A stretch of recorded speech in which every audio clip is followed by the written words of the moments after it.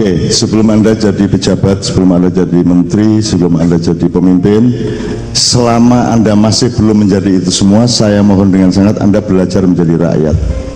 Karena kedaulatan tidak di tangan pemimpin, tidak di tangan presiden, tidak di tangan trias politika. Kedaulatan ada di tangan rakyat. Jadi Anda harus belajar jadi rakyat. Dan saya itu sampai hari ini tetap menjadi rakyat karena saya belajar menjadi rakyat.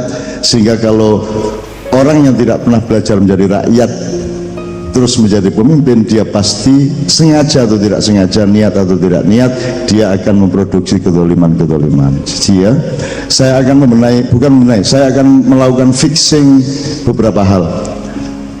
Soal pemimpin tadi jelas bahwa makmum itu lebih berdaulat daripada imam, meskipun ketika makmum sudah memilih siapa imam, dia bertanggung jawab untuk taat kepada imamnya, gitu ya. Nomor 2, soal riba, Pak Muzamil, ini penugasan dari Maulana kepada Syekh. Tolong dicari oleh siapa aja Pak Muzamil dan semuanya untuk melakukan reverifikasi terhadap pemahaman mengenai riba yang sejauh ini sebenarnya sama sekali belum 30%. Riba itu piye to jane? Itu betul-betul harus dicari redefinisi, gitu Pak ya. Saya kasih contoh untuk memancing aja satu, dan supaya nggak panjang-panjang. Saya pinjam Mas Suko 100.000 atau 1 juta. Kemudian kalau Mas Suko bilang, iya Cak, tapi tolong balik 1,1 juta atau 1,2 juta, itu dia memaksa saya hanya mau meminjami kalau saya mengembalikan lebih. Itu riba, karena dia tidak ridho biridho, saya terpaksa. Kuncinya adalah ridho biridho. Tapi kalau Mas Suko tidak ngomong, oh monggo Cak, dikasih saya 1 juta, terus saya mengembalikan 1 juta, itu juga riba, karena saya tidak berterima kasih kepada dia. Saya tidak bersyukur kepada Allah bahwa ada saudara saya Suko yang meminjami saya 1 juta, kemudian saya juga mengembalikannya hanya 1 juta. Saya tidak menghormati dan tidak menghargai bantuan dia. Maka saya akan bersyukur dan saya mengembalikan tidak hanya 1 juta, bisa 1,1 juta, bisa 1 juta plus souvenir, bisa 1 juta plus apapun saja yang bentuknya merupakan ekspresi dari rasa syukur saya. Kalau Anda pinjam 1 juta dan mengembalikan hanya 1 juta saja, itu berarti Anda adalah orang yang tidak bersyukur dan tidak tahu terima kasih, gitu ya. Ini dilema satu sama lain. Jadi yang riba itu tidak mesti bahwa meminjam sekian harus kembali sekian, itu tidak riba. Kalau meminjam sekian mengembalikan lebih banyak itu riba, belum tentu. Karyawan PLN datang ke rumah saya untuk memperbaiki instalasi listrik, kemudian orang dari kantornya, atasannya telepon ke saya, tolong Bapak jangan memberi tip kepada karyawan saya. Saya marah. Saya tahu maksudnya baik, tapi saya marah karena dia tidak mengerti manajemen dan tidak mengerti proporsi legalitas. Saya jawab, Pak, sampean tidak punya hak apapun atas saya untuk melarang saya atau menyuruh saya. Saya konsumen dan hubungan saya dengan sampean adalah pembayaran saya dan pelayanan sampean. Saya mau memberi atau tidak jangan diatur-atur. Jangankan saya memberi tip kepada karyawan PLN, saya pek mantu hak saya. Betul enggak? Yang harus dia lakukan adalah melarang karyawannya untuk meminta tip ke saya. Itu haknya. Tapi kalau saya memberi tip kepada dia, itu tidak dosa, itu rasa terima kasih saya. Wong dia repot-repot naik-naik ke sana kemari. Kalau saya nyuguhi dia teh, tip apa bukan? Jadi hidup ini bukan hukum yang paling tinggi, hidup ini akhlak yang tertinggi. Di atas akhlak ada takwa. Rumus Jimaiyah jelas sejak awal dulu.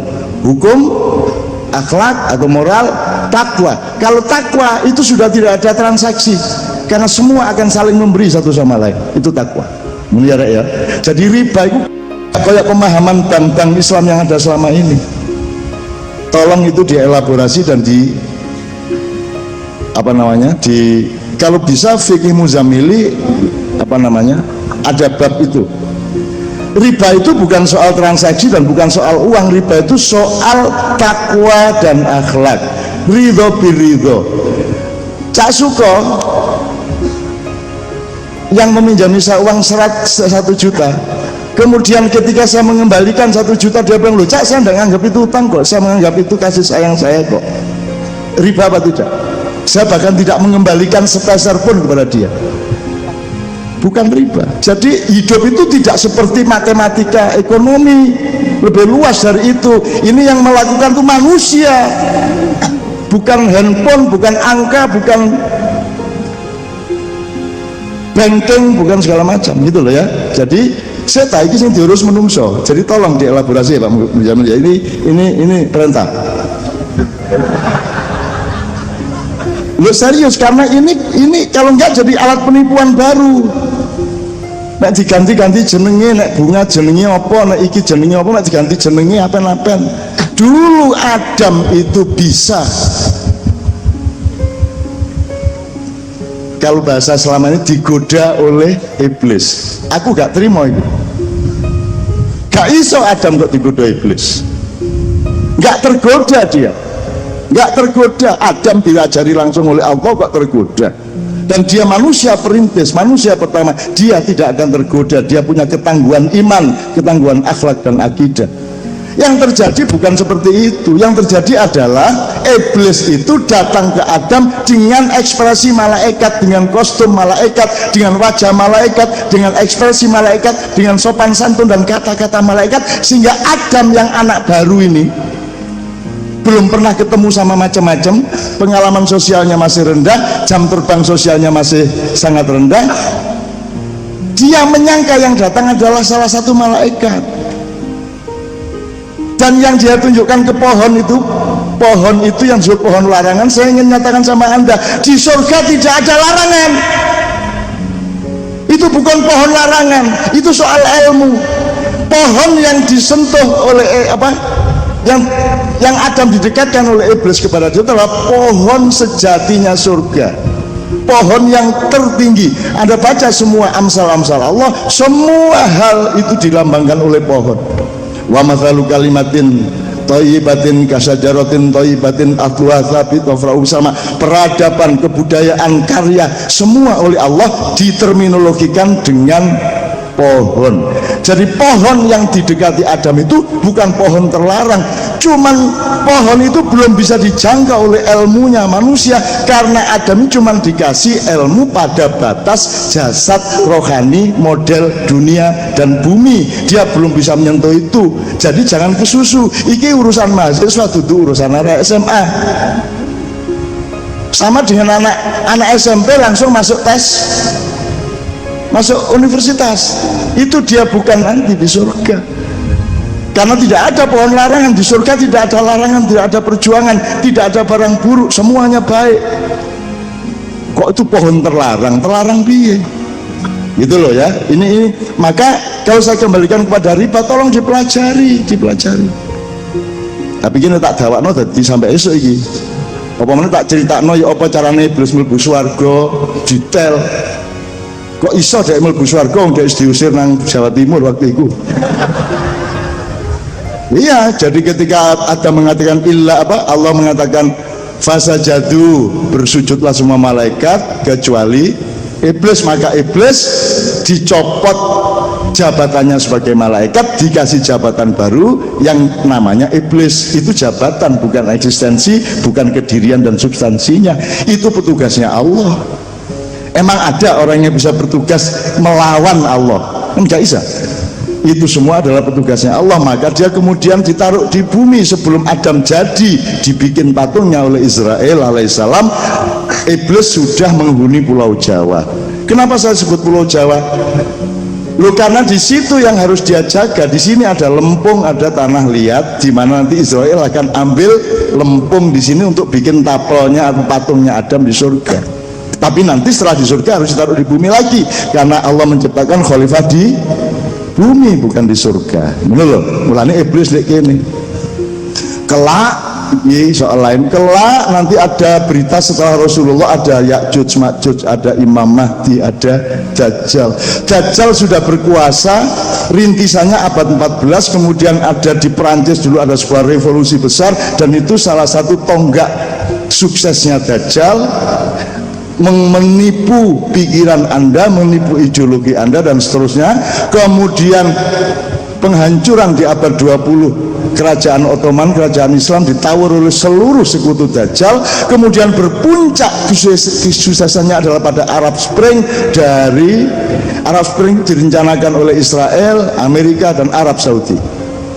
Arab Saudi sendiri menghancurkan Afghanistan, menghancurkan Pakistan, menghancurkan Irak, menghancurkan Libya, Yaman, Syria sampai hari ini, dan sudah selesai sebenarnya. Artinya sudah hancur mereka. Umat Islam sudah tidak ada artinya lagi di Timur Tengah, kekayaannya juga sudah dihabisin oleh Dajjal-Dajjal. Nah sekarang Dajjal sudah sukses karena pikiran Anda sudah Dajjalia, dan Anda yang menolak Dajjal Sanauria, Anda datang ke Ma'iyah karena Anda tahu itu semua salah. Yang dibilang pencerahan sebenarnya adalah penggelapan. Maka Anda menjadi orang Ma'iyah, berarti Anda adalah orang-orang yang oleh Allah diamanati untuk membangkitkan masa depan. Kemudian giliran Ya'juj Ma'juj, kalau Dajjal dari barat, Ya'juj Ma'juj dari utara. Ini pasukan infanteri, tenaga kerja masuk, infrastruktur masuk, semua ini Ya'juj Ma'juj. Kalau ke Timur Tengah menang gampang, tapi kalau kamu ke Pulau Jawa dan ke Indonesia, ke Nusantara, kamu salah sasaran. Sebab di sini tempatnya iblis. Mbahmu dewe iku. Gak apa-apa, Rinio, sakarepmu. Mau dua pemerintahan silakan, mau menaikkan gubernur jadi presiden silakan. Tapi ilingo ya, ini nggone iblis. Cuman iblis yang sudah ditaklukkan oleh Muhammad. Nah, mumpung iblis ini ditaklukkan oleh Muhammad dan takzim kepada Muhammad, seneng selawatan di dindi, ojo dipancing-pancing metu iblis. Engko nek metu iblis kon gak iso nglawan arek-arek iki. Iki iblis iki arek-arek iki. Dan tidak pernah ada sejarah kedahsyatan korban dan perperangan horizontal melebihi 1965 di seluruh dunia. Kon gak iso mbayangno, gak iso. Kalau itu dipancing lagi akan terjadi lagi. 65 akan terjadi lagi yang akan datang. Nek kon anjene mancing-mancing ngono, arek-arek engko Kanjeng Nabi ne nyuwun sewu kula tak ucul diluk nggih. Terus iblis sing metu. Wong jelas terapi gak oleh-oleh. Nyambut gawe gak oleh-oleh. Wis tak ngiblise mesisan. Apalagi iblis Madura. Lha ya apa? Yai Sapu Jagat delok santri-santri ini ngobong-ngobong gereja, muring-muring pakai jeep itu, ndukur jeep. Santri pulang, tidak boleh bakar gereja, tidak boleh, pulang semua, ayo pergi, tidak boleh bakar gereja, tidak baik. Pada suatu hari begitu terjadi. Terus karena sudah semuanya meninggalkan gereja, Pak Yai pulang ke pesantrennya. Loh, dinteni kok endi arek-arek kok gak mulai-mulai. Ternyata dibalani meneh ngobong toko-toko. Loh, kan saya sudah bilang tidak boleh bakar-bakar. Loh, sampean kan bilangnya tidak boleh bakar gereja. Berarti lainnya boleh. Loh, ngono nek Madura ya apa? Hati-hati kan karo Madura. Oke. Jadi ngerti ya soal iblis ya. Jadi asal Anda datang ke sini, Anda asal datang berkumpul sini, maka iblis itu taat kepada Muhammad, jangan khawatir. Itu kontraknya cuma sampai hari kiamat. Dan sekarang sebenarnya pekerjaannya sudah selesai. Dan dia takzim kepada Muhammad. Kapan saja Muhammad manggil iblis, iblis datang. Iblis disuruh membukakan strategi perangnya, dibuka kepada Muhammad. Karena Muhammad bukan musuhnya. Muhammad adalah yang mengasuh seluruhnya. Menurut ya?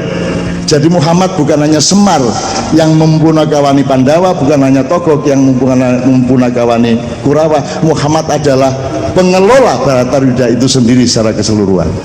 Lagi ilmu ini dawa menit diteruskan kapan-kapan di Padang Bulan, di Bang Wetan karo Padang Bulan. Tapi intinya ngono iku.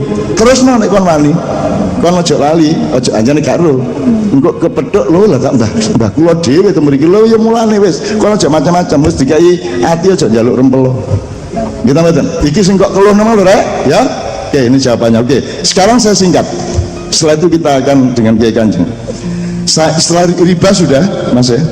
Nomor 2, Karena Madura terlanjur diomong-omongkan menjadi kiblat Indonesia segala macam, saya memberi PR, terserah kon kok lakoni gak, tapi aku ngerespon nguniku. Ada 5 hal yang harus Anda pelajari beneran kalau Anda memang menginginkan Madura bangkit kembali. Anda jangan GR dengan Madura Anda sekarang. 1, pelajari Madura itu dari antropologi sejarahnya sejak zaman dahulu. Bagaimana itu, dari mana Anda datanya kok tiba-tiba tutup Madura itu, dan bukan dari Jawa pasti. Wong jelas Bangkalan karo Surabaya bahasanya ada gak karu-karuan. Kita mboten. Jadi pasti bukan dari Surabaya. Dan Anda lihat ada keanehan. Seharusnya kan yang dekat Jawa lebih halus daripada yang jauh Jawa. Di Madura tidak terbalik. Semakin dekat Jawa semakin keras. Berarti pusat asal usulnya tidak di barat tapi dari utara. Jadi Madura itu Anda pelajari antropologi, sejarah antropologisnya. Mereka orang Madura adalah salah satu suku Melayu lama. Makanya bahasanya banyak dekat ke bahasa Indonesia, bukan dekat ke bahasa Jawa. Dan seterusnya. Kemudian Anda pelajari, yang kedua Anda pelajari sejarah yang agak dekat sejak Pramojopahit. Makanya tadi ada sumpah lapa-lapa tadi, ya.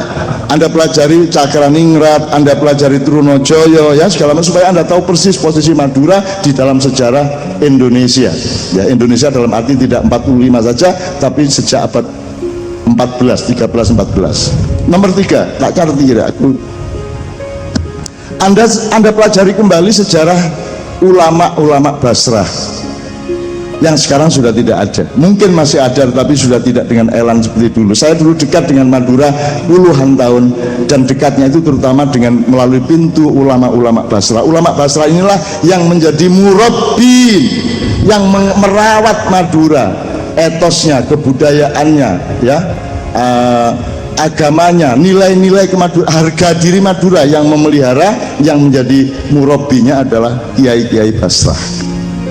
Makanya di sana ada caruk, jangan dimarahi dulu. Caruk itu kan hanya terjadi kalau harga diri dasar itu disentuh, misalnya istrinya dicium orang, kan gitu. Meleng di kon bojomu ijol-ijolan karo konco, opo kok jogo sebagai martabatmu. Jadi caruk harus dilatar belakangnya. Caruk itu cuma akibat, sebabnya harus Anda pelajari dulu. Jadi caruk tidak mesti jelek.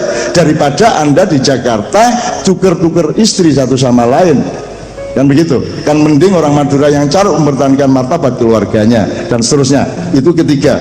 Jadi oke, tepuk tangan ya, nggak apa-apa untuk Madura. Saya tidak menganjurkan orang untuk caruk, tapi jangan terus orang modern enak aja mengatakan caruk itu primitif. Caruk itu lambang harga diri manusia, kan begitu.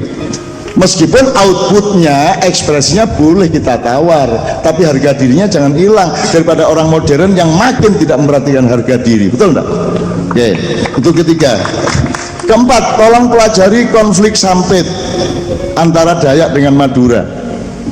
Saya mengikuti dan saya dengan Kiai Kanjeng alhamdulillah bisa menghindarkan pembunuhan terhadap orang Madura di 4 kabupaten di Kalimantan Tengah dan Barat, di Rasau Jaya, terus Kabupaten Mempawah, Pontianak dan Sanggau. Itu kita bekerja serius di malam hari dengan tentara, polisi, sweeping dan seterusnya. Dan saya tampung pesantren yang dihabiskan santrinya, gedungnya tinggal bunyai sama anak-anaknya, dan Quran-Quran yang terbakar saya simpan di Yogyakarta. Nah, sejarah sampit ini harus direcover oleh orang Madura. Waktu itu kiai yang paling utama adalah yang sekarang ada di dalam penjara. Itu juga sebuah pembelajaran yang sangat serius. Kalau Pak Muzamil dan teman-teman bisa membangkitkan kembali dengan santun dan mulus berdirinya kembali jaringan ulama-ulama Basrah, insya Allah Madura akan bisa menjadi kiblat Indonesia. Tapi Basrahnya hidup dulu dan sampit direcovery secara akhlak, secara budaya, secara sejarah dan seterusnya. Gitu.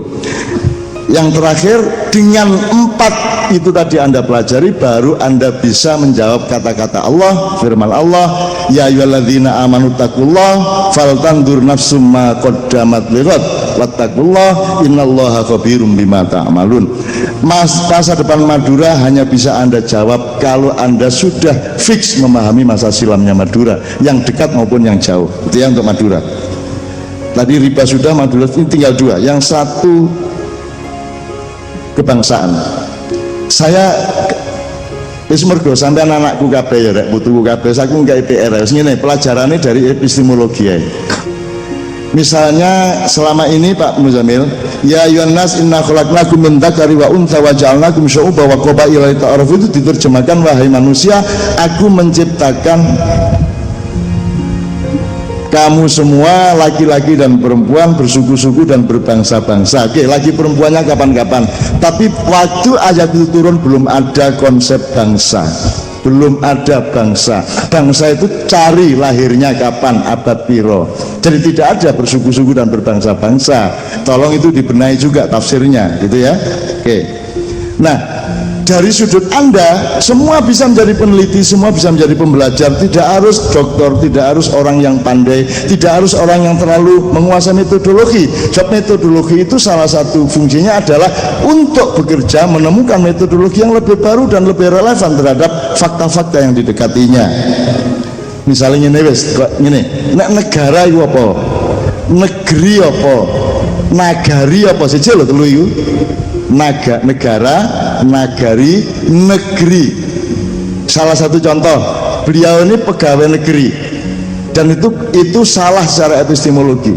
Seharusnya pegawai negara, taat kepada undang-undang negara. Kalau negeri tidak punya undang-undang, karena negeri itu bahasa kultural, bahasa romantik, dia tidak padat. Jadi kalau pegawai harus pegawai negara. PNS itu pegawai negara sipil. Taatnya tidak kepada pemerintah, tidak kepada atasan, tapi taat kepada undang-undang. Presiden dan satpam di kantor kabupaten sama fungsinya, yaitu wajib taat kepada undang-undang Republik Indonesia. Langsung sekarang enggak taat kepada atasan. Mana dalam undang-undang yang mengatakan bahwa seseorang harus taat, seorang pegawai harus taat kepada atasan? Apalagi atasannya adalah tenaga outsourcing. Sing jenenge wali kota, bupati kula gak tahu nyambut gawe di pemerintahan, moro-moro jadi bupati outsourcing, tenaga sementara, ya gak? Terus harus ditaati oleh pegawai yang sudah berpuluh-puluh tahun di situ. Ini tidak masuk akal negara kita ini, gitu ya. Itu contoh dari beda negeri sama negara. Terus cari sekarang di Quran yang biasa, yang orang pesantren. Inna anzalna fi wattini wazzaituni wa turi sinina wa hadzal baladil amin. Di Quran ada balad. Apakah itu negara atau negeri atau nagari? Cari. Kemudian ada baldatun. Dua. Ada formula. Jadi kan beda ini. Balad sama balda. Kemudian ada biladun. 3, 4 ada Korea. Yang terbanyak Korea di Al-Quran. Korea itu kita memahaminya desa. Untung kita orang Jawa, ada transformasi dinamis, progresif, desa mawa coro, negara mawa toto. Nah ini kalau mau belajar bener, syukur ada penelitian itu di kampus yang memang urusan fakultasnya seperti itu. Jadi ada baldah, bilad, balad, Korea. Yang mana negara itu? Belum lagi nanti ada khilafah, ada imamah. Anda tahu yang bisa menyaingi Cina sekarang hanya Iran, karena Iran sama Cina RRC itu sama sistemnya, yaitu imamah. Jadi kalau Syiah pakai imamah, jadi struktur dari atas ke bawahnya fix. Cina juga begitu, politiknya politik imamah, meskipun namanya komunisme, tapi sama pergerakannya pergerakan imamah. Jadi yang pinter menanggapi konflik antara kanan dan kiri, kapitalisme dan sosialisme, itu hanya Cina. Cina gak gelem kapusan, karena mereka tahu kapitalisme dan sosialisme itu juga cuma pura-pura, itu bikinan Dajjal tadi itu. Maka Cina tidak membubarkan komunismenya, tapi juga tidak menolak kapitalisme. Kan begitu. Kita dengan gegap gempita menolak komunisme, kemudian menerima kapitalisme, dan gak karu-karuan. Pokoknya apa diterima anggar bateni. Kan begitu akhirnya. Sampai-sampai ada suatu saat di Indonesia, zaman dulu Anda masih kecil, yang namanya negara kapitalis demokratis, misalnya Amerika dan lain-lain, itu pedomannya gini: kamu bebas ngomong apa saja, tidak akan ditangkap, tapi cari makan sendiri-sendiri. Itu kapitalisme. Nek sosialisme, kamu kita kasih makan, kita kasih rumah, kita kasih air minum, beres semuanya, tapi jangan ngomong macam-macam, tak tangkep kan, jangan cangkem, terus kon kari mangan. Itu sosialisme. Indonesia, silahkan ngomong apa saja dan tidak saya kasih makan. Kamu tidak boleh ngomong apa, kamu tidak boleh ngomong macam-macam tentang pemerintah dan harus cari makan sendiri. Jadi paling gak enak di Indonesia biar. Nah saiki sembarang oleh asal badani. Koalisi antar partai gak perlu setia dari atas. Mestinya kan KNB bersparing sama KIH sampai bawah. Jadi setiap kabupaten ya kudu KME lawan KMP lawan KIH. Enggak begitu modern selingkuh sengki kudune iki malah wah wolak-balik sapa sing bayar paling akeh. Kan begitu. Nah, ini contoh teman-teman sekalian bahwa harus dicari formula negara yang baru. Terserah namanya tetap negara tidak apa-apa, kerajaan monggo, kesultanan monggo, harus tahu kesultanan itu apa. Mada as-sultan wa ma adraka mas sultan. Kenapa ada kata sultan, dari mana diambil kata sultan, gitu loh. Apa bedanya Mojopahit dengan Mataram Islam? Kamu sudah punya Mojopahit, kamu punya Mataram Islam, kenapa kamu bikin negara kok meneruskan Belanda, tidak meneruskan mbah-mbahmu sendiri? Itu kesalahan dan dosa terbesar kita bersama. Begitu kita merdeka, kita tidak meneruskan siapa diri kita, tetapi kita meniru penjajahan-penjajahan bahkan kebangsaan. Mohon dicari. Juga syukur ada yang agak kualitatif risetnya. Penjajahan itu mulai kapan? Bentuknya berkembang bagaimana? Sekarang masih dijajah apa tidak? Tadi Pak Syukur sudah mengatakan bahwa sekarang ini penjajahan justru memuncak dan lebih lengkap.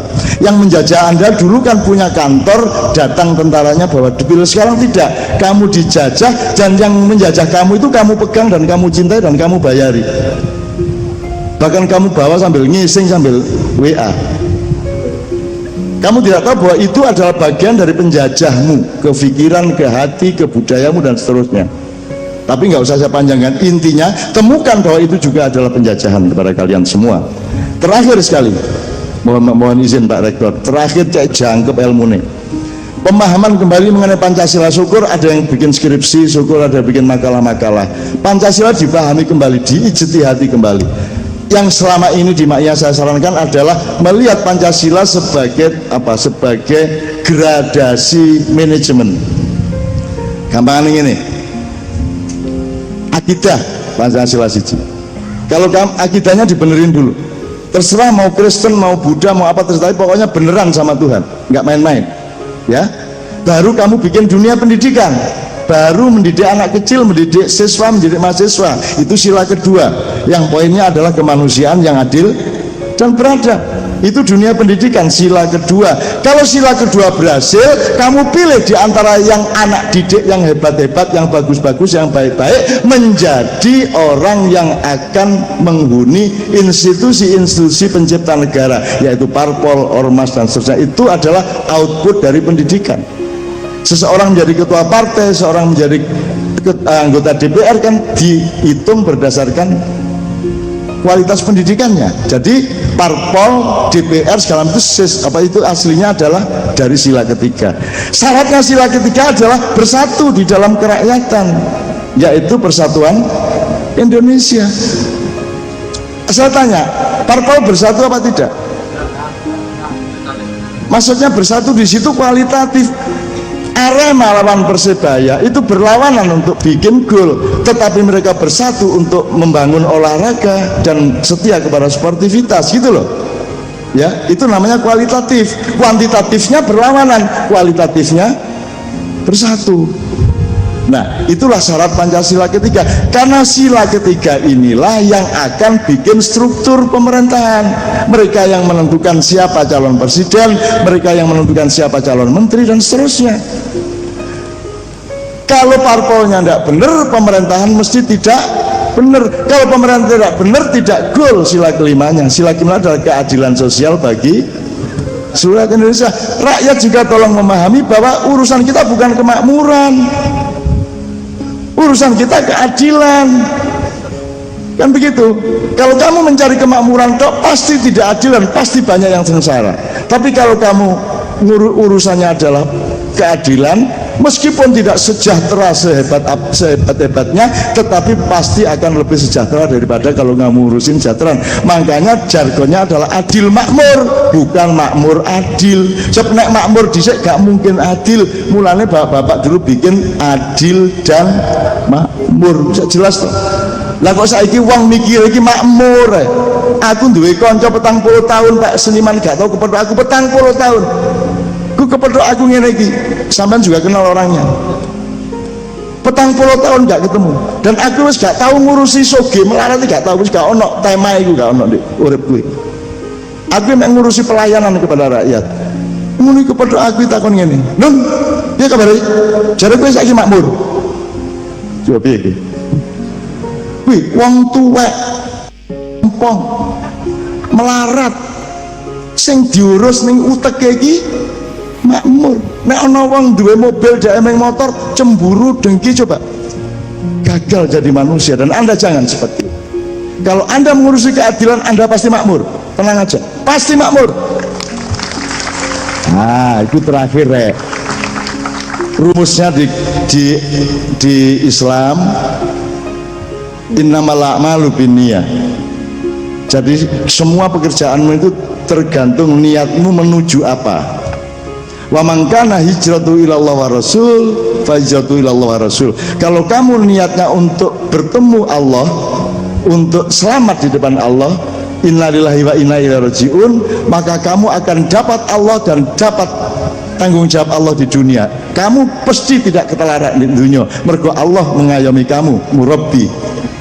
Tapi kalau wamangkana hijratu ila dunya fanala mahajaro ilai, kalau kamu mencari dunia, mungkin kamu dapat kekayaan, tapi belum tentu dapat kepengasuhan dari Allah, belum tentu dapat ridho dari Allah, dan belum tentu kekayaanmu akan awet di tanganmu. Sebelum kamu meninggalkan, mungkin kamu sudah ditinggalkan oleh harta bendamu. Jadi konco-konco, Anda harus yakin kepada Allah. Wis toh, percaya dolek ono Allah, engko Allah tanggung jawab nang awakmu. Nek kon dolek swarga tok, mungkin oleh swarga, tapi Allah gak nyopokon ya apa? Lah gak enak sih, gak diwawu. Engko Allah teko terus ketok kon balik, ya apa kon ya? Gak enak sih, lha enggak? Jadi wis ta, nek kon dolek Gusti Allah mesti oleh swarga, mesti. Gila apa? Tapi nek kon dolek swarga terus gak tape eling Allah, ya apa iku kok? Mulane nek kon iso sedekah titik, aja ate mbayangno ganjaran peningkatan. Ndak usah sedekah, ya sedekah titik, maka Allah akan cinta kepadamu dan Allah diam-diam akan memberikan bonusnya kepadamu. Bonus itu jangan diomongkan dan jangan dihitung melalui mulutmu, meneng wae. Pokoke kon sedekah titik. Aku rene iki rene titik. Mari ngono apa gak roh aku. Pokoke aku rene. Ketemu awakmu seneng, dolek ilmu bareng-bareng seneng, karo Cak Suko, karo Pak Rektor, karo kabeh, wis titik iku tok. Aku gak dolek pahala apa-apa meneh. Aku gak ro urusane ndek kene. Pokoke aku ngerti nek ketemu sampean dan aku lega, aku ridho dan hanya untuk Allah semuanya. Bener ya?